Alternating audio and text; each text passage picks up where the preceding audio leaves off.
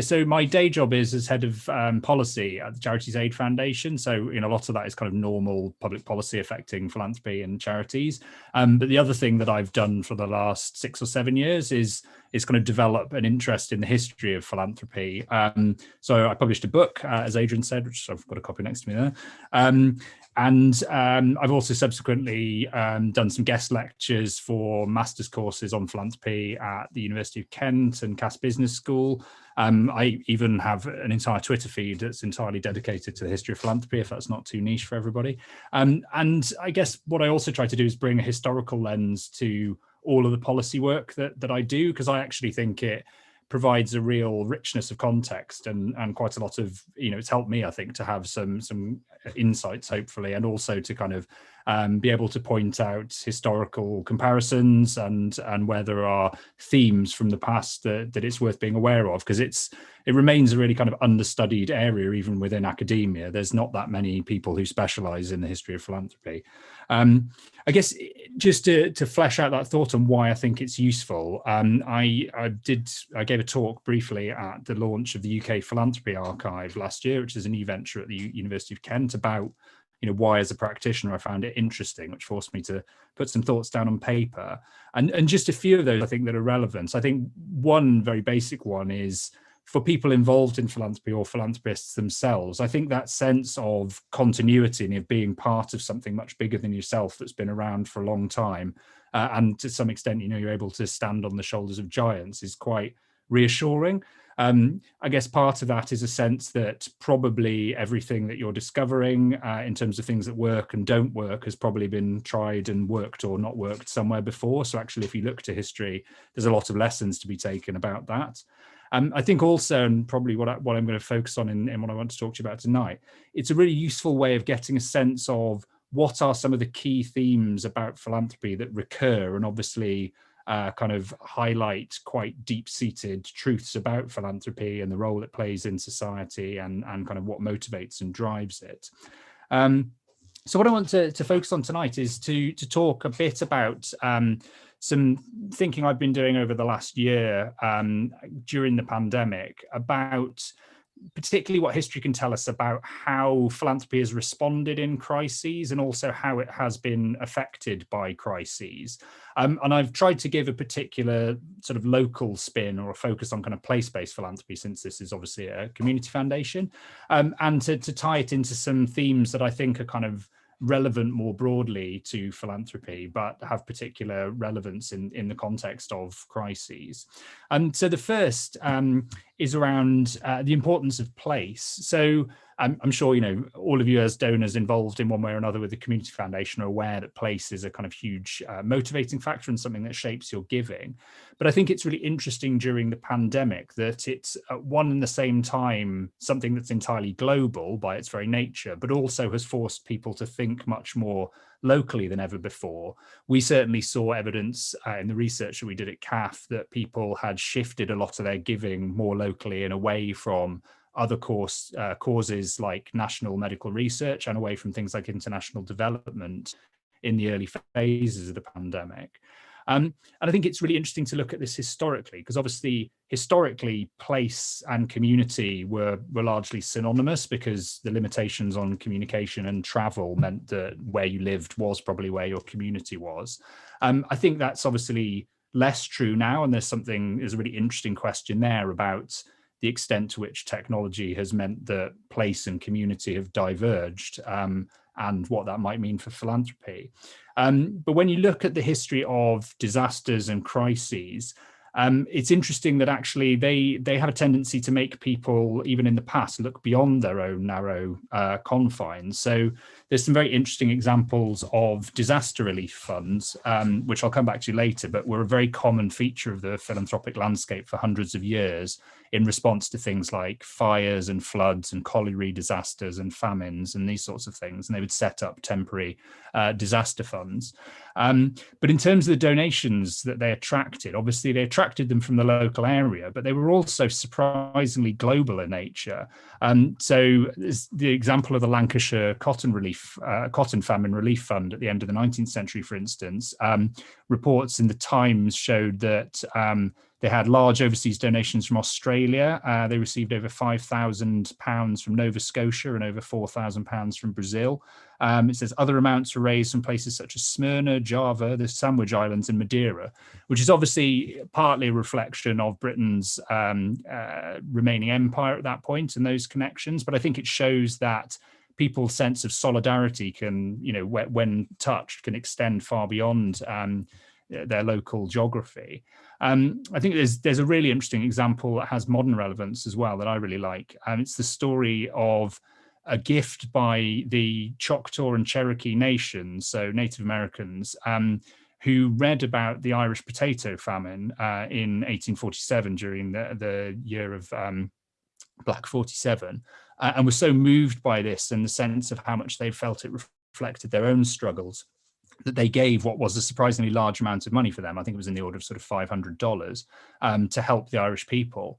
And the wonderful thing about this story was that it came back around again in this last year when it emerged that the Cherokee Nation and the Choctaw Nation had to set up a GoFundMe page, I think, to raise money for people who were particularly badly affected by the COVID pandemic. And they'd had a huge number of donations from people in Ireland, and they couldn't really work out why until this story of the history came to light. And there was a kind of cultural memory that the Irish people saw it as somehow paying back across this 150 years for the gift that the Cherokee and Choctaw people had given to them, which I thought was a lovely story. But I think this also highlights the fact that these days, the internet and communications technologies allowed community to be formed without reference to geography, as I've said. But at the same time, there is a renewed emphasis on locality. I think technology in an odd way allows us to be much less geographically focused, but actually leads a lot of people to be ever more hyper-local. And I think we've seen that during the pandemic. And I guess it comes to a piece, it makes me think of some work that we were already doing at CAF over the last few years, thinking about the potential for civic philanthropy and what motivates people to give within a place in sort of motivated by a sense of civic involvement. And I think the obvious one is that people have an existing affinity with an area because they live there or because they might have come from there and moved somewhere else. But I think there are all sorts of overlapping different motivations that lead people to give within an area as well. I think it might be that you as a donor are interested in a particular cause area, and that cause area happens to be most relevant in a particular area, even if that area is not one that you yourself have an affinity to. It might be simply that you want to address an issue in a kind of person-centered way or a community-centered way, and the best way of doing that is to focus within one place. It might be that you're doing something different or innovative, and the only way to do that and to keep the variables controlled is to do it in a geographically defined area. Or it might be that you're trying to work with the public sector, and that obviously they divide things up geographically, so it makes sense to go with the flow of that. But I think, if we come back to the idea that there are multiple different motivations one might have for working in place, but obviously a large, one of those for many people is that they are in a particular place. I think something that history makes very clear is that a key part of that is the awareness of need that it gives you. A lot of research shows that one of the main drivers for people giving is simply that they have an awareness of the needs of others and of how people in other walks of life around them might be affected by issues. I'm just going to share my slides because I've realized that this is the point at which I actually had some nice pictures to share with you. So I'll just bring this up here. So the importance of proximity, the person on the right there is Captain Thomas Coram, who founded the Foundling Hospital and is commemorated in the name of Coram's Field. But he was a sea captain who went on to become a London city merchant. And the story so goes, which is depicted here, that one day he was walking to work on his usual route, and he came across a mother in the act of abandoning her child in the street. And he was so struck by the horror of this that he immediately didn't go to work that day and went off and sort of devoted all of his energies into the problem of foundlings, and set up the Foundling Hospital and was kind of dedicated to that for the rest of his life. And it's just, whether or not that story is apocryphal, I think it makes clear that the point that an awareness of the needs around you and that sort of physical proximity is hugely important. And the flip side of that, I think, is an interesting bit from a book Tristram Hunt wrote about the history of British towns, about Manchester. So he says in that, one of the most telling aspects of Manchester life was that the other half, the bourgeoisie, rarely had to come face to face with the horrors of proletariat existence. The divide between the two nations was more than financial, it was physical. The prosperous middle classes made their way to and from the city centre as the demands of their business necessitated. And on their way, according to Engels, who was not a neutral commentator on philanthropy, has to be said, the members of this money aristocracy take a route which avoids them having to see the grimy misery that lurks to the right and the left. So he believed he had never seen so systematic a shutting out of the working class from the thoroughfares, so tender a concealment of everything which might affront the eye and the nerves of the bourgeoisie. So I guess making the point that in that example, the deliberate act of keeping the rich and the poor separate within a particular city meant that there was far less charitable activity. And this proximity is still really important. There's some very interesting evidence that from the US that people with wealth who live in economically homogenous areas are less likely to give or give at lower levels than those who live in areas that are economically diverse. So they have some sort of sense of how the other half lives or how people around them might be affected by issues.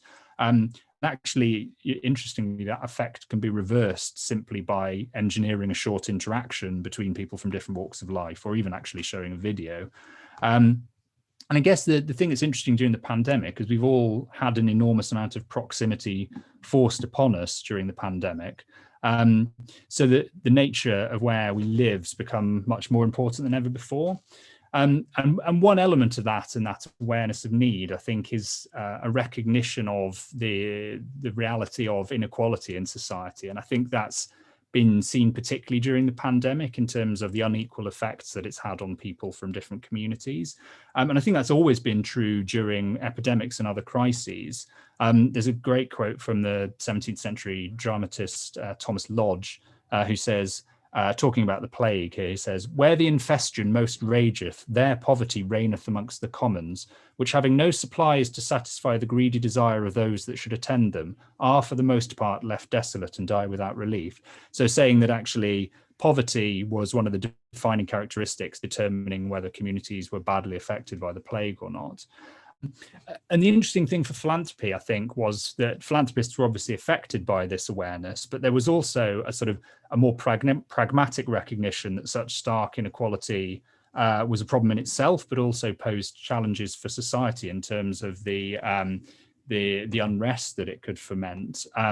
So W.K. Jordan, who's one of the main philanthropists of English philanthropy back in the 1950s, he wrote that when it came to plagues, he said, "These frightful visitations of epidemic taught the nation much regarding its own resources and disciplined it in the understanding that the poverty bred by plague must be instantly relieved, lest even more terrible social consequences should ensue.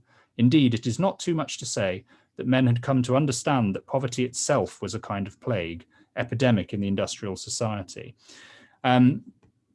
And I think, you see this idea that philanthropy, there might be an element of enlightened self-interest when it came to addressing inequality. In lots of places, there's a famous quote from Andrew Carnegie talking about the idea of philanthropy as a form of riot insurance.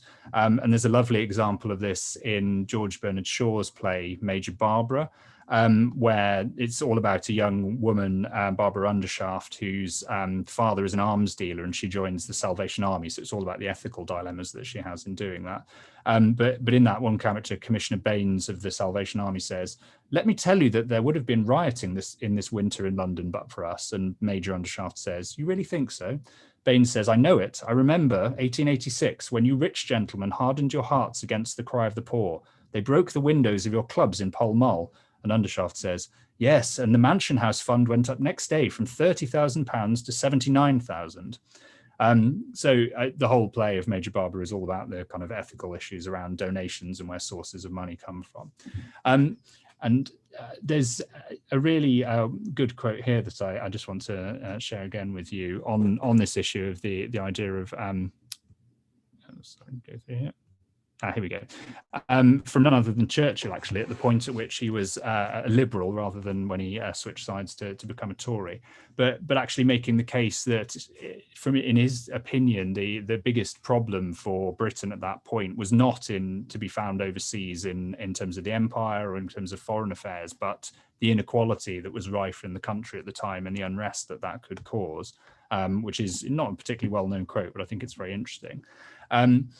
And I think at this moment in time, again, partly because of the inequality that we've seen as a result of the pandemic, but also with relevance to things like the government's levelling up agenda, I think there's a very interesting question about the role of philanthropy when it comes to addressing inequality, whether that's inequality within areas or indeed inequality between different areas within the country, which again have been affected differently by the pandemic.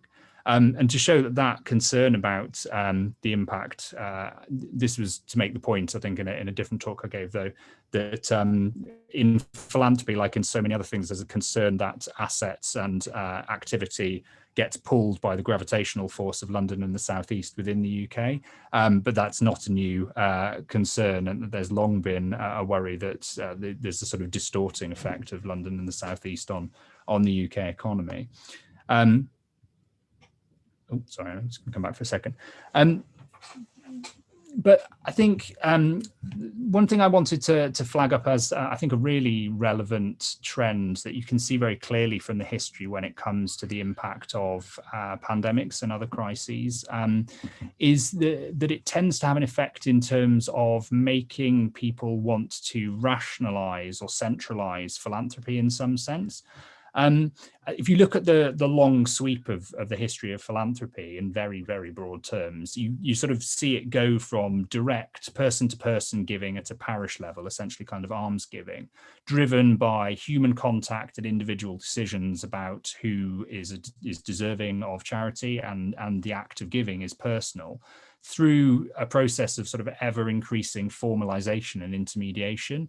So in the 17th century, you have the growth of what was known at the time as associated philanthropy, which is when people kind of came together to combine their efforts in terms of identifying deserving causes, but also in terms of how to distribute money. And this was very much mirroring the development of the joint stock corporation in the sort of commercial world as well. And part of the reason for this was that there was an awareness that in the context of an increasingly industrialized society, the nature of poverty was changing and the sorts of challenges that society was facing were changing, and that the old models of charity that were kind of direct and person to person were no longer adequate. So it's sort of, there's a quote from David Owen, whose book on English philanthropy, 1660 to 1960, I think still remains one of the best books about the history of philanthropy. But he says, it was out of the question for the philanthropist, however well disposed, to seek out the cases of greatest need and become familiar with them. The consequence was, of course, to stimulate the growth of charitable societies, serving as intermediaries between individual philanthropist and beneficiary. Thus, the 19th century saw the charitable organization come to full, indeed almost rankly luxuriant bloom. So this is kind of why we had a growth of what we now think of as the charity sector or charitable organizations. And this process was another thing that was very much accelerated by crises, and it's sort of the acute crises meant that there was even more of a tendency to rationalize and centralize, usually at a local level and sometimes at a national level. So we had some of those disaster relief funds that I talked about. There was one for the Great Fire of London out in 1666, for instance, things like the Lancashire cotton famine, lots of different colliery disasters, of which there were many.